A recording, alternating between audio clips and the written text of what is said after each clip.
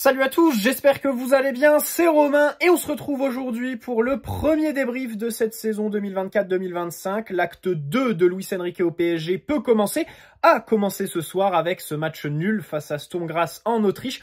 2-2, on a ouvert le score, doublé la mise et puis la grande classique, on s'est fait récupérer avec une bourde du Titi El Hanache et un deuxième but qui est tout aussi moche à voir quand t'es supporter parisien. Skriniar qui recule indéfiniment, Safonov aussi, ce qui fait que son plongeon manque cruellement de vitamines. Et puis ensuite, ça a fait tourner, ça a un peu joué à la baballe. Bien sûr, c'était que le premier match de la saison face à une équipe autrichienne qui avait repris le 27 juin, donc il y a un mois et demi, quand nous, c'est notre premier match amical parce que on avait tout simplement pas assez de joueurs pour jouer jusque-là. On sait que la tradition au mois de juillet-août sur la préparation, c'est de faire 2-11 pour chaque mi-temps. Là, on en était incapable jusqu'au retour des internationaux. Il a fallu en titulariser certains ce soir, en faire rentrer à la mi-temps pendant que les Autrichiens changeaient complètement de 11. Nous, on a attendu la 60e pour faire quelques changements au fur et à mesure. Donc bon, tout ça illustre bien le fait qu'on était assez incapable de faire numériquement des matchs amicaux jusque-là. Par contre, là où je suis déçu, c'est le 11 qui est aligné au début parce que tu mets Lee, le double pivot avec Carlos Soler, je pense qu'on aurait pu s'en passer. Ramos, Kolo Muani devant qui sont revenus il y a 2 jours. Alors Ramos avait fait beaucoup de stories Instagram sur sa préparation pour au final ne pas le voir du tout. Ce soir, ça a vraiment été fantastique. À l'heure de jeu, il a obtenu un coup franc un peu excentré. Au final, c'est le seul truc que j'ai en tête de son match. Et tu laisses sur le banc Ayman Kari, Cher N'Dour, qui est rentré d'ailleurs avant Ayman Kari. Ça donne une idée peut-être de la hiérarchie suite à cette préparation. Gabriel Moscardo, bien sûr, Gabriel Moscardo qu'on attendait et qui n'est pas titulaire au final. Donc c'est vrai que ce 11, notamment au milieu de terrain, m'a un peu déçu. Je suis resté sur ma faim. Bon, sur le terrain, cette zone était complètement délaissée. Enfin, Lee et Soler, c'était caricatural par moment quand nos centraux avaient le ballon. Les mecs étaient derrière un adversaire et ils s'en foutaient, quoi. Ils marchaient complètement. Alors, ça doit être aussi une consigne de la part de Luis Enrique, que de délaisser complètement l'axe. Mais voilà, on a retrouvé les bases du PSG de Luis Enrique, qui peut aussi nous énerver parce que quand tu vois la stats, le PSG à 80%, le PSG à 71% de possession, et que tu te dis, oui, mais tout ça, le problème, c'est qu'il n'y a pas eu d'occasion franche derrière, ça peut être assez frustrant. Mais bon, on sait très bien que ce soir, c'est pas du tout le 11 qu'on aura cette saison. On n'a pas été aidé aussi par les commentateurs, pour ceux qui étaient sur Beansport. Oh putain, les mecs ont mis une demi-heure à comprendre que Beraldo était arrière-gauche. D'ailleurs, il est sorti sur blessure à la cheville. J'espère que ça va bien pour lui. Il était revenu plus tôt de vacances. Les Brésiliens devaient revenir lundi et lui, il est revenu vendredi. Hier, on avait mis l'hypothèse d'une titularisation en tant que latéral gauche et au final, ça a été le cas. Encore le pompier de service, évidemment. J'ai pensé à l'Équatorien qui arrive là, qui fait sa visite médicale actuellement. Il a atterri à Paris ce soir. Enfin, dans l'après-midi, on a eu les infos. Donc, on espère que Willian Pacho sera dans l'esprit de Luis Enrique, la doublure, si on peut appeler ça comme ça, de Nuno Mendes à ce poste. Parce que Beraldo, voilà, j'aimerais quand même le pérenniser dans l'axe El Hanache, préféré à Gadou. Alors Gadou qui rentre rapidement et qui fait un bien meilleur match que lui. Mais donc pour l'axe, voilà, c'était El Hanache et Milan Skriniar. Après, au niveau du dispositif, un espèce de 3-4-3. Oui, par moment, on pouvait aussi voir un espèce de 4-2-4 un peu bizarre. Dans tous les cas, base de relance à 3, avec Zagué, du coup, qui était piston, et Ibrahim Mbaye de l'autre côté. Je pense que s'il y a un enseignement à tirer de ce match, c'est bien sur le contenu qu'a proposé ce jeune crack de 16 ans, qui est pisté par plein de cadors européens, et on espère le verrouiller le plus rapidement possible parce que le garçon a de la personnalité. Bon, déjà, il marque son but. C'est pas le but le plus beau, il est bien aidé par l'adversaire, mais sinon, il déclenche bien, surtout physiquement. Physiquement, il a un énorme avantage. Le garçon a 16 ans. Je pense qu'il va prendre des centimètres, mais sinon, en matière de largeur et surtout de tonicité, d'explosivité, en fait, il peut démarrer en Ligue 1. On peut l'inclure dans la rotation. Enfin, ce soir, alors, on pourrait me dire que par moment, il a aussi été un petit peu sur la retenue. C'est vrai qu'il aurait pu déclencher. Après, c'est aussi le lot de cette génération, hein, Warren Zaïre-Emery, mais même Désiré Doué, on lui voit un peu ça du côté de Rennes, ce côté un peu scolaire en fait, hein, du joueur qui va un peu appliquer les consignes, qui a été formé, voilà, prototype. Au niveau de la carrure, c'est vrai qu'Mbaye s'inscrit un peu dans cette génération-là. Et donc j'espère que lui va déclencher beaucoup plus et voilà, prendre de vitesse les adversaires, déborder et tout ça. En deuxième mi-temps, son début de deuxième mi-temps est très intéressant. Défensivement, il fait énormément d'efforts, on le voit partout. Offensivement, il a apporté de la présence au deuxième poteau. Sur un corner, il met la tête. Sur un coup franc de Lee Kang-in, il est trouvé tout simplement. Il fait une reprise alors qui ne finit pas dans le but. Je crois qu'elle est... Ah non, c'est petit filet, je crois. Je crois que c'est petit filet. Mais ça fait plaisir parce que c'est vrai que l'année dernière, second poteau, on n'avait pas grand monde. Pour rester sur les coups de pied arrêtés, on sent que ça a été travaillé. Alors malheureusement sans grand résultat parce que c'est vrai qu'on a été un peu mis à mal, notamment en première mi-temps, parce que Luis Enrique, à chaque fois qu'il y avait un coup franc pour l'adversaire, il était très actif sur son banc. Donc je pense que il a ciblé, on sait, c'est un grand axe de progression du PSG pour cette année. Bon, malheureusement ce soir on n'a pas vu quelques signes positifs que ce soit dans cet exercice-là, tout simplement. Par moment, voilà, il y a des Autrichiens qui étaient en position de frappe, de tête, de manière un peu trop facile, disons. Mais bon, défensivement, c'est vrai qu'on avait une ligne très remaniée et qu'on ne reverra probablement pas, voire peu, cette saison. Donc voilà. Donc oui, Ibrahim Mbaye, pour revenir sur son match, électrique, très tonique, voilà. Tu sens que ce garçon a du ballon et plus qu'un ailier en fait, hein. Voilà, comme je le disais, c'est vraiment cette génération, très content de son but et j'ai vraiment hâte de le revoir. Gadou aussi m'a fait bonne impression. Alors, quand tu vois la carrure, lui, il te fait penser à Bichabou, mais j'ai l'impression qu'il utilise un peu mieux son corps, hein, qu'il a une meilleure motricité. Les mecs qui font 1m95, qui ont des longues jambes, tu te dis, qu'est-ce qu'ils vont faire avec le ballon? Sans ballon, ça va être plutôt long, faut qu'ils mettent le pied devant l'adversaire le plus vite possible, sinon c'est cramé. Mais visiblement, il a une bonne motricité, plutôt intéressante.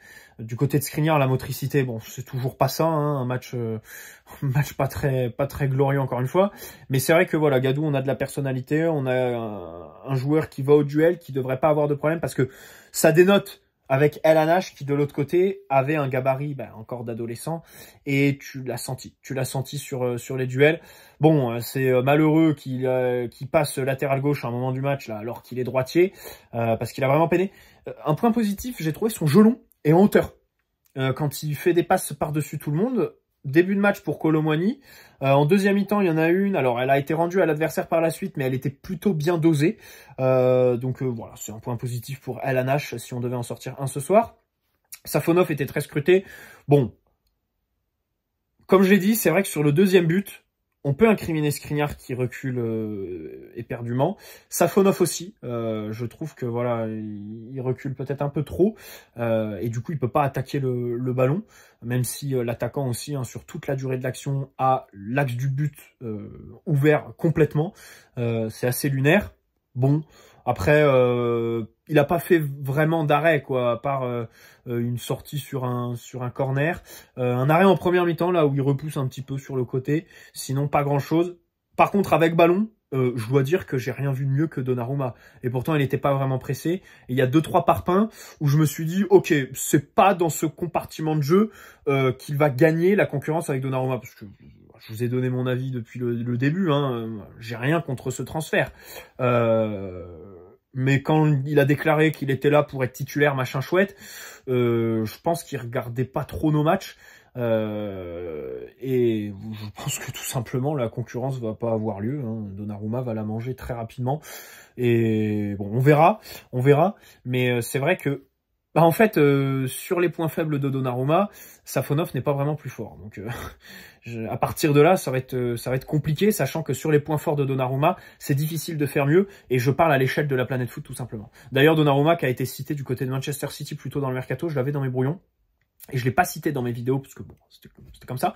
Mais voilà, ça m'a fait plaisir de voir un de nos joueurs pisté par City. Ils en ont peut-être marre des passes téléguidées d'Ederson. Peut-être qu'ils voudraient un gardien qui fait des arrêts maintenant, un gardien qui arrête les ballons, qui repousse les tirs. Et c'est le cas de Donnarumma. Bref, Zag sur le côté droit, bon, par moment, ça a été un peu compliqué. Il a la pression pour cette saison, Zag, parce que je pense qu'il va avoir un boulevard derrière Hakimi, en fait. Ça va être lui, le remplaçant. Or, Mukiele, on ne sait pas où il est. Certainement pas en instance de transfert. Avec ses 8,5 millions par an, bah, c'est un peu comme Skriniar, t'es un peu bouché. Et ça, ce sont des recrues de Luis Campos, bien sûr. Donc voilà, quand on nous dit qu'on veut abaisser la masse salariale, c'est un peu compliqué. Bon, Zag, un peu une certaine explosivité par moment, voilà, offensivement comme défensivement. Je ne minimise pas aussi son paludisme, hein. C'est quelque chose qui peut te coucher et te mettre vraiment dans le mal. Peut-être que ça a eu une incidence, mais dans tous les cas, il était titulaire ce soir. Pas dur, parce que dans ce secteur-là, il n'y a pas grande concurrence. Lee a fait un bon match. Organisateur, des dribbles réussis, beaucoup de ballons touchés, bonifié surtout. J'ai bien aimé la profondeur qu'il a donnée, parce que franchement, devant, ça demandait pas du tout derrière la ligne défensive autrichienne, hein. C'était vraiment le minimum syndical en matière de mouvement.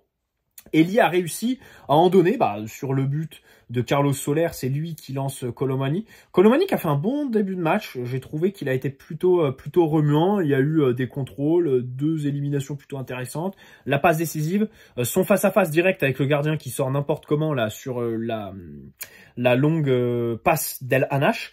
Bon après c'est vrai qu'il s'est un peu éteint, Randall, et puis on a eu le retour parfois de contrôle américain, de conduite de balle aussi sur 30 mètres, peu glorieuse, mais ça a été mieux que Gonzalo Ramos, parce que franchement comme je disais, Gonzalo Ramos c'est vraiment le néant, hein. Ça a été, je me demande, je crois qu'il touche 4 ou 5 ballons sur la première mi-temps, en deuxième pareil, il erre sur le terrain. Bon bien sûr, loin de moi l'idée de le juger sur un match amical, mais bon, j'ai toujours dit qu'il fallait pas tomber dans le piège de ces rentrées en jeu dans des contextes particuliers l'année dernière où les équipes adverses étaient fatiguées. Nous, on courait après des scores, donc forcément, on était v'là l'offensive. Les espaces s'ouvraient un peu, voilà. Là, quand tu le fais démarrer, bon, c'est quand même compliqué hein, sur les perspectives de l'avoir en tant que titulaire. Bref. Bon, Asensio, c'est un de ceux qui a joué le plus longtemps. C'est plutôt intéressant parce que l'année dernière, physiquement, en fait, ça suivait pas au mois de janvier. Asensio, après sa blessure, il avait mis beaucoup de temps à revenir. Et là, voilà, on a vu un Asensio, bon, qui a duré sur la longueur. Bon, pas grand chose. Hein. C'est vraiment Lee qui a tiré son épingle du jeu sur ce milieu de terrain. Ayman Kari, alors Ayman Kari, sa non-titularisation, le fait que ce soit le dernier à rentrer avec Barcola, bon, ça, je pense que c'est plutôt éloquent. Cherendou préféré. Bon, Cherendou un cran plus haut. En plus, Cherendou rentre dans le rôle d'Ayman Kari, milieu un peu qui se projette. Bon, c'est vrai que là-dessus, je pense que Luis Enrique n'a pas apprécié les kilos en trop à la reprise. Alors, il n'y a aucune info là-dessus, hein, attention, hein, il n'y a aucune info, mais quand tu revois les vidéos que le club postait au retour à l'entraînement, là, tu voyais enfin juste à sa silhouette, quoi, que Kari était clairement pas en poids de forme. Donc, on va voir qu'est-ce qui va se passer jusqu'à la fin du mercato, s'il va être reprêté ou inclus dans la rotation, sachant qu'au milieu, on a quand même beaucoup de monde. Bon, les entrées de João Neves, Moscardo, on n'a pas vu grand-chose. Hein. Moscardo, bon, une volonté de jouer vite sur les côtés. Quelques approximations techniques, notamment une là quand il est avec El Hanash où ils se comprennent pas trop. Bon, un joueur que j'attendais pas si tonique sur sa première entrée là. Bon, alors après c'est peut-être l'excitation du transfert, hein, mais c'est vrai que comme il revient de 6 mois de blessure, l'opération, et qu'il a finalement très peu joué avec les Corinthians, je me disais bon, il va avoir un déficit de rythme, et au final il s'est donné. João Neves, bon, il a essayé de faire un beau geste technique sur son deuxième ballon, malheureusement ça n'a pas vraiment suivi, et puis pour le reste pas grand chose à signaler. Warren par contre qui rentre pour aller combler les espaces sur le côté droit, franchement, bon les gars, je vais vous le dire, Joao Cancelo en prêt, ou même Joao Cancelo à 20 millions, je prends quoi. À un moment donné, ça suffit. Beraldo, latéral gauche, Warren Zaïre-Emery, latéral droit. Chut, Cancelo, il a du ballon. Certes, il a un gros salaire et il défend comme une pipe. On l'a vu contre nous avec le Barça, mais franchement, ça suffit quoi. Ça suffit. Essayons de nous le faire prêter par Manchester City. On a Jorge Mendes avec nous qui est son agent. Voilà, je le dis, je voulais en faire une vidéo tout pour vous dire. Mais c'est bon, fallait que ça sorte. Recrutons un remplaçant au poste de latéral droit parce que ça, franchement, ça va m'énerver. Si Warren fait la saison comme ça encore comme la saison dernière. Franchement, ça va me saouler quoi. Ça va me saouler parce que ça le bride complètement quoi. Cette idée de Galtier reprise par Luis Enrique, j'espère que ça va pas durer sur la saison. Et le truc c'est que comme sur le mercato, on a eu l'info Gertruida capable de jouer latéral droit, mais que c'est pas allé plus loin et qu'on a eu aucune autre rumeur à ce poste. Bon, Yoram Zagué, j'en parlais un peu plus tôt, mais ça va, en tant que remplaçant, je suis pas sûr que ce soit très judicieux de partir sur la saison avec lui. En plus, Joao Cancelo peut jouer des deux côtés, quoi. De l'autre côté, t'as Lucas qui est HS et Nuno Mendes qui, voilà, dont on n'est pas sûr à 100% de sa fiabilité, quoi. Alors c'est bien que William Pacho, voilà, soit capable de jouer latéral gauche. C'est plutôt intéressant. Mais bon, et puis Achraf, il va faire une saison super longue parce que là, il est au JO. Je sais pas si on a prévu de lui donner des vacances, mais ensuite, il va faire toute la saison avec le club. Et je crois que l'été prochain, il y a la CAN avec le Maroc. Donc, ça va être une sacrée saison pour Achraf. S'il fait pas de coupure après ces JO là, bah ça pourrait vite monter à 70-75 matchs s'il se blesse pas. Ou s'il n'est pas suspendu, parce que c'est aussi, des fois, le nombre de matchs diminue avec Achraf, parce qu'il prend les accumulations de jaunes, et il prend aussi quelques cartons rouges par moment, Achraf, hein, notamment, on se souvient, sur un classico. Bref, dans tous les cas, recrutons à ce poste de latéral droit, j'en ai marre, et j'espère vraiment pas voir Zahir Emery faire les bouches-trous à ce poste-là toute la saison. Voilà. Je pense avoir un peu tout dit sur ce match, où bien sûr aucun enseignement n'est à tirer, si ce n'est que Mbaye doit être inclus dans la rotation. Petit crack, et surtout au niveau contractuel, il va vraiment falloir le sécuriser parce que toutes les sources qui sont un peu branchées jeunes, bon en gros Jamel sur Twitter, nous disent que voilà, il y a plein de clubs européens qui lui promettent monts et merveilles, les projets machin chouette, donc espérons le sécuriser. L'entrée de Barcola aussi, tiens, j'ai oublié l'entrée de Barcola, qui a essayé un peu de dynamiter l'attaque. J'ai trouvé qu'il s'est un petit peu enfermé par moments dans des séries de dribbles. Voilà, à essayer de vouloir faire la différence tout seul. Voilà, le seul remarque que j'avais à faire. Sinon, bien sûr, bon, quand il rentre, c'est sûr que il va un peu dynamiter cette attaque qui était quand même un peu amorphe. Hein. Ça a été très pauvre. Hein. Ça a été un match assez pauvre, et défensivement et offensivement. J'espère qu'on va quand même recruter en attaque. Jadon Sancho, ça s'est grave refroidi. Hein. En Angleterre, on annonçait des négociations avec Manchester United et au final, pas du tout. Je trouve ça logique parce que c'est typiquement la piste où tu vas attendre le 31 août pour faire baisser la note du côté de Manchester United. Sauf que le problème, c'est que eux ont une carte à jouer de l'autre côté sur le dossier Manuel Ugarte, si tu veux t'en séparer. Donc voilà, ça va être un peu donnant-donnant. Sinon, au niveau mercato, pas d'informations. Désiré Doué, on attend encore la décision finale. Bon, visiblement gros avantage Bayern, mais Nasser fait vraiment le forcing. Moi j'adore, à chaque fois que Nasser reprend les dossiers, au final ça finit le bec dans l'eau, ou alors catastrophe industrielle avec Kolo Muani l'année dernière. Bref, souhaitons tout le meilleur à Kolo. C'est vrai que ce soir, honnêtement, son début de match, bon, j'ai plutôt apprécié. Il se déplaçait bien, il était en jambes et ça m'a fait plaisir. Surtout que ça a vraiment dénoté avec Gonzalo qui m'a un peu déçu ce soir, même si ça ne reste qu'un match amical. Bonne soirée à tous. N'hésitez pas à poser un like si cette vidéo vous a plu, vous abonner si ce n'est pas déjà fait. Et les gars, on se dit à très vite pour une vidéo mercato dès qu'il y a des infos. Là, on vient juste d'avoir le Here We Go de Fabrizio Romano pour le Omoridion, le joueur de l'Atlético qui va aller à Chelsea et qui était la clé pour Julián Alvarez là-bas. Donc Alvarez devrait y aller. Hier, on a eu la traditionnelle info comme quoi le PSG proposait 2 fois plus en matière de salaire aux joueurs et que du coup, il restait quelques détails parce que le joueur voulait un salaire supérieur du côté de l'Atlético. comme d'habitude, la grande classique, hein, on utilise le PSG pour dire que voilà, le PSG a proposé plus, machin, le joueur de son côté négocie un peu son salaire à la hausse avec le club où il va, et le club où il va dit, eh ben voilà, nous, on n'a pas surpayé, on a battu l'argent du Qatar. Bref, bonne soirée à tous, n'hésitez pas à poser un like si cette vidéo vous a plu, ciao les amis.